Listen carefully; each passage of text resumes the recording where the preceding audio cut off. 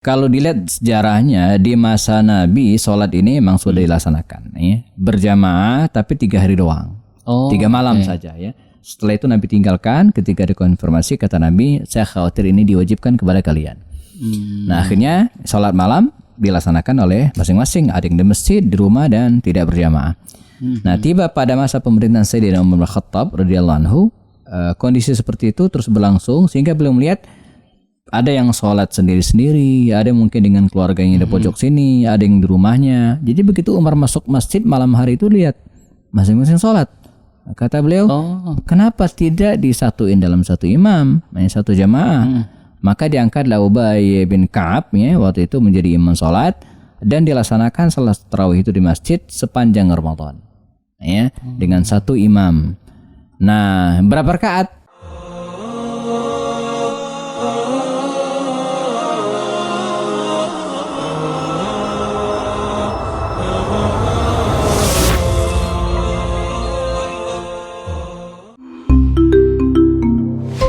Kupas lewat obrolan santai.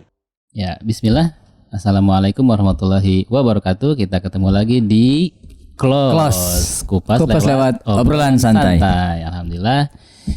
Kita sudah ngobrol yang kesekian-sekian. Ya. Insya Allah di bulan Ramadan tetap asik karena banyak hal yang bisa kita lakukan, banyak juga yang kita bisa obrolin ya Ustaz ya. Siap. Jadi biar nggak banyak tidurnya. Iya. Jangan jadi kaum rebahan. Nah, itu dia. Karena masih banyak orang yang anggap tidur lebih baik daripada maksiat. Iya sih, benar sih. Tapi akan lebih baik tidurnya orang yang puasa itu berpahala. Apalagi kalau tidak tidur. Benar ya. Itu? Ya benar sih, apalagi kalau tidak tidur pahalanya gede. Nah itu dia. Ya, kan? Jadi kita ngobrol tapi tidak tidur. Biar nggak tidur. Ya. Kita mau ngomongin apa nih hari ini, Ustaz? Kayaknya seru juga kalau bahas tentang sholat yang spesial di bulan Ramadan. Tarawih. Entah ini masih banyak yang ngedebat atau enggak, tapi itu menarik sih sepertinya Ustaz. Iya. Karena tarawih itu akhirnya bisa menjadi cara orang buat milih masjid. Milih jumlah rakaat yang paling dikit. Paling irit. Nah itu sebenarnya gimana tuh tentang tarawih? Walaupun sudah banyak yang ngasih info, tapi kan kita butuh penjelasannya. Kenapa mesti tiba-tiba ada sahabat yang bikin beda misalnya gitu? Pertama, tarawih ini sendiri kan nama lain dari atau sholat malam yang dilaksanakan pada bulan Ramadan. Khususnya berarti yang lain memang nggak ada. Iya, jadi di luar Ramadan ada sholat malam tapi tidak sebut dengan tarawih. Ya, tidak sebut dengan tarawih karena ya tarawih istilah yang digunakan untuk melaksanakan sholat malam. Nah, kalau dilihat sejarahnya di masa Nabi, sholat ini memang sudah dilaksanakan, ya, berjamaah tapi 3 hari doang, 3 malam saja, ya. Setelah itu Nabi tinggalkan. Ketika dikonfirmasi kata Nabi, saya khawatir ini diwajibkan kepada kalian. Nah akhirnya sholat malam dilaksanakan oleh masing-masing, ada yang di masjid, di rumah dan tidak berjamaah. Nah tiba pada masa pemerintahan Sayyidina Umar bin Khattab radhiyallahu anhu, kondisi seperti itu terus berlangsung sehingga beliau melihat ada yang sholat sendiri-sendiri, ada mungkin dengan keluarganya di pojok sini, ada yang di rumahnya. Jadi begitu Umar masuk masjid malam hari itu lihat masing-masing sholat. Kata beliau, kenapa tidak disatuin dalam satu imam, satu jamaah? Maka diangkatlah Ubay bin Ka'ab, ya, waktu itu menjadi imam sholat dan dilaksanakan salat tarawih itu di masjid sepanjang Ramadan, ya, dengan satu imam. Nah berapa rakaat? Nah ini akan kita bahas mungkin. Berarti masa Abu Bakar masih sendiri-sendiri. Karena Abu Bakar kan cuma ada 2 tahunan. Itu pun banyak perang melawan orang murtadnya. Nah, jadi di masa Umar itu kan sudah mulai banyak kaum muslimin dan kemudian pemerintah juga mulai stabil. Nah, pertanyaannya adalah berapa rakaat jumlah yang dilaksanakan? Aisyah menuturkan Nabi itu paling sering melaksanakan sholat malam itu 8 rakaat di Ramadan atau 2 Ramadan, ya. Di Ramadan atau di luar Ramadan 8 plus 3 witir, ya, jadi 11. Tetapi para sahabat Nabi yang mengatakan bisa jadi Nabi melaksanakan lebih dari itu. Karena Aisyah sendiri menuturkan pernah Aisyah tidur, Nabi sholat malam. Begitu Aisyah bangun Nabi masih sholat, ya. Aisyah tidur lagi, bangun masih sholat. Nah kata Aisyah, saya nggak tahu tuh berapa banyak, saking banyaknya, ya, saking lamanya. Nah lalu berapa rakaat ke jumlah sholat malam ini sebenarnya tidak terbatas. Dan mungkin dalam tema-tema sebelumnya kita bahas di antara asyiknya sholat malam itu kan pertama waktunya fleksibel. Oh panjang. Panjang. Kalau zuhur kan enggak. Zuhur kan jam 12 sampai jam 3 selesai ya. Apalagi maghrib ya nggak bisa tuh jam 10 malam. Sholat yang paling banyak ya sholat malam itu ya, dimulai dari ba'da isya sampai subuh. Ya, panjang banget. Anda silakan pilih waktunya boleh. Dan jumlah rakaatnya juga fleksibel. Ya, mau 2, boleh 4, 6, walaupun Nabi paling sering 8. Oh, karena paling sering 8. Paling sering kata Aisyah 8, tapi sempat juga beliau 20. Ya. Nah, kembali ke kisah Umar. Nah, dikisahkan Umar ini awalnya 8 dalam riwayat. Sebetulnya 8 rakaat plus 3 witir. Okay. Tapi durasi sholatnya lama. Ya, sampai sekarang kalau kita sholat di Masjidil Haram, bahkan sekarang Masjidil Haram itu unik ya. Di luar pandemi itu 20 rakaat plus 3 witir. Di luar pandemi. Saya sering dan saya hitung. 20 rakaat tambah 3 witir. Witirnya 21. Nah, jadi saya hitung banget gitu ya. Saya pengen tahu banget. Yang saya ingat bahkan penutupnya itu 1. Ini udah 22 gitu kan. Ini 1 rakaat lagi. Kita udah senang banget kan, 1 rakaat lagi kan. Sebelumnya kan imamnya panjang banget tuh ya. Ini takbir Allahu Akbar.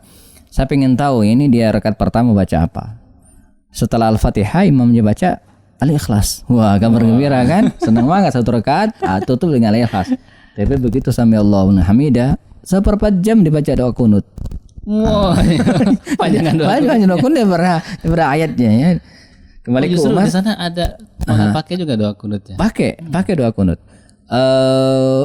Ya sekarang saya coba setel Syekh Surem atau sudah kemarin imam ada doa kunutnya. Biasa kita bisa lihat live kok. Nah sekarang di masa pandemi ini 10 rakaat plus 3 witir. Jadi diskon 50% karena pandemi ini. Jadi tapi kalau lamanya? Nah lamanya sama. Kalau sekarang mungkin dikurangi. Tapi kalau di masa Umar dulu begini 8 rakaat ya, tapi lama ya.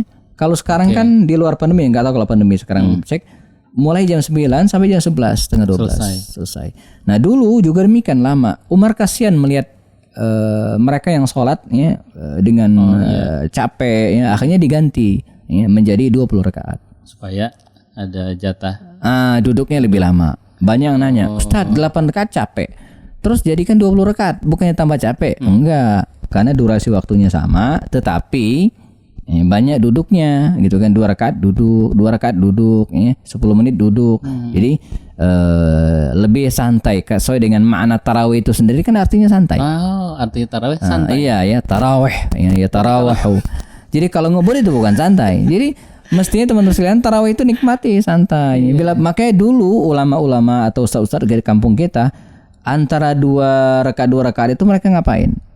Selawatan ya kan, Allahumma shollat ya kan, mestinya itu santai. Jadi setelah salam ya imamnya selonjoran ya, santai dulu. Al khalifatul ula jadi ada apa seninya, jadi santai, betul-betul santai. Kalau kita sekarang kan enggak. Jadi itu juaranya Indonesia. Iya.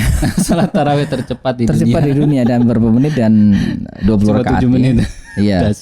Jadi bila perlu kalau beberapa masjid saya lihat ada diisi dengan ceramah dulu gitu kan sebelumnya. Jadi mau minum diedarkan minuman santai aja. Salat tarawih itu laksanakan dengan cara yang sangat santai. Istirahat. Bahkan salat itu sendiri kan kata Nabi bagian dari istirahat. Ya Bilal arihna bis shalah. Jadi Nabi itu istirahatnya salat. Sama kayak kita. Ini habis ini nanti salat istirahat. Bukan malah selingan buru-buru. Iya. Supaya selesai justru. Enggak ya. Jadi arihna bis shalah. Jadi kata Nabi, wahai Bilal, istirahatkanlah kami dengan salat. Jadi salat itu kita istirahat, bermunajat, santai menghadap Allah SWT. Nah, sekarang kan jadi orang justru malah nyarinya yang cepat. Jadi bayangan 8 tuh karena lebih cepat. Iya. Jadi bukan karena mencari dalil karena Nabi saya 8 akhirnya 8. Nah, tapi kan jadi apa ya? Sering jadi perdebatan juga pada akhirnya. Iya. Ya sebenarnya sih itu pilihan, maksudnya mau yang 8 rakaat silakan, mau 20 juga tidak ada masalah. Cuman embok ya kalau yang 8 rakaat itu ya ayatnya dipanjangin dikit lah gitu kan. Ya, sehingga bisa mengejar yang 20 rakaat. Atau bahkan atau sebaliknya dia pengen banyak 20 rakaat bisa, tapi dengan ayat-ayat yang mungkin tidak terpanjang tapi jangan juga terus cepat. Tetap mortalnya. Jadi itu pilihan. Sehingga kita tidak bisa menyalahkan 8 salah, 20 salah. Dua-duanya benar. Jadi tidak ada masalah dalam sebuah ibadah. Sangat boleh jadi terjadi perbedaan pendapat dan dua-duanya benar. Sangat mungkin. Berarti yang salah kita kayaknya. Iya, yang salah yang nggak sholat. Nah itu yang salah malah pandemi jadi alasan nggak ke masjid. Mending kalau dia di rumah dia sholat. Ya, kalau tidak rugi dia. Nah biasanya nih tarawih itu terganggu sama acara bukber, buka bersama. Mungkin kalau nggak pandemi bisa jadi setiap hari nih. Ada terus komunitas A hari pertama apa gitu ya. B terus sampai Z. Ada semua bukbernya. Yang pada akhirnya yang namanya bukber ngobrol sampai menjelang Isya tarawih terlewat. Nyampe rumah katanya capek. Habis capek bobo. Nah ini fenomenanya. Ini sekarang ini harus kita harus berusaha untuk melaksanakan satu ibadah yang ada nilainya, tapi jangan sampai menghalangi ibadah yang lainnya. Bukber sih oke saja gitu kan. Apalagi jadi silaturahim, apalagi traktir. Pahala yang traktir. Tetapi ingat ya, apalagi kita yang punya acara, kita yang bikin, batasannya ada. Waktu sholat, makanya dari awal harus disiapkan. Sholat itu kan bukan suatu hal yang dadakan tiba-tiba. Dari awal kita udah tahu habis maghrib nanti sholat. Itu siapin. Di mana sholatnya, dipikirkan. Kalau kita sewa tempat makan misalnya, kita pikirkan salah satu pertimbangan kita kalau sewa restoran untuk buka bersama misalnya ada nggak masalahnya. Bahkan diagendakan sholat tarawih jamaah misalnya gitu ya. Ya kalau misalnya peserta yang jauh-jauh upayakan gitu kan, kita bisa sholat di lokasi atau nyari masjid yang dekat di situ. Nah itu disebut dengan membuat agenda kalau kita yang punya acara. Kalau kita yang bukan yang megang acara ya semaksimal kita amankan diri kita gitu kan. Jangan sampai nanti kita tidak. Ada kan banyak juga yang bahkan jangankan tarawih, maghrib aja kapan sholatnya dia masih bergelut dengan ayam bakar, kemudian jus melon. Jangan ngiler ya dengerin makanan. Ntar lagi kita buka puasa nih ya. Nah ini nggak bener gitu ya. Jadi emang banyak hal unik kalau di bulan Ramadan ya. Ya tadi jadi pemahaman sih bahwa ternyata ya tarawih itu bukan dari segi jumlah ya. Justru malah dari segi lamanya ayat yang dibaca. Jadi kita ada disebut dengan kualitas dan disebut dengan kuantitas. Kalau kata Syekh Qardawi itu kan yuqaddam ya, didahulukan kualitas daripada kuantitas. Jangan sampai banyak tapi nggak berkualitas. Lebih baik banyak berkualitas. Siap. Jadi jangan milih-milih masjid lagi. Yang dekatnya 20 plus 3 ya berarti datengin gitu. Yang dekatnya 8 plus 3 juga alhamdulillah. Bersyukur karena masih ada masjid dekat kita. Insyaallah. Alhamdulillah.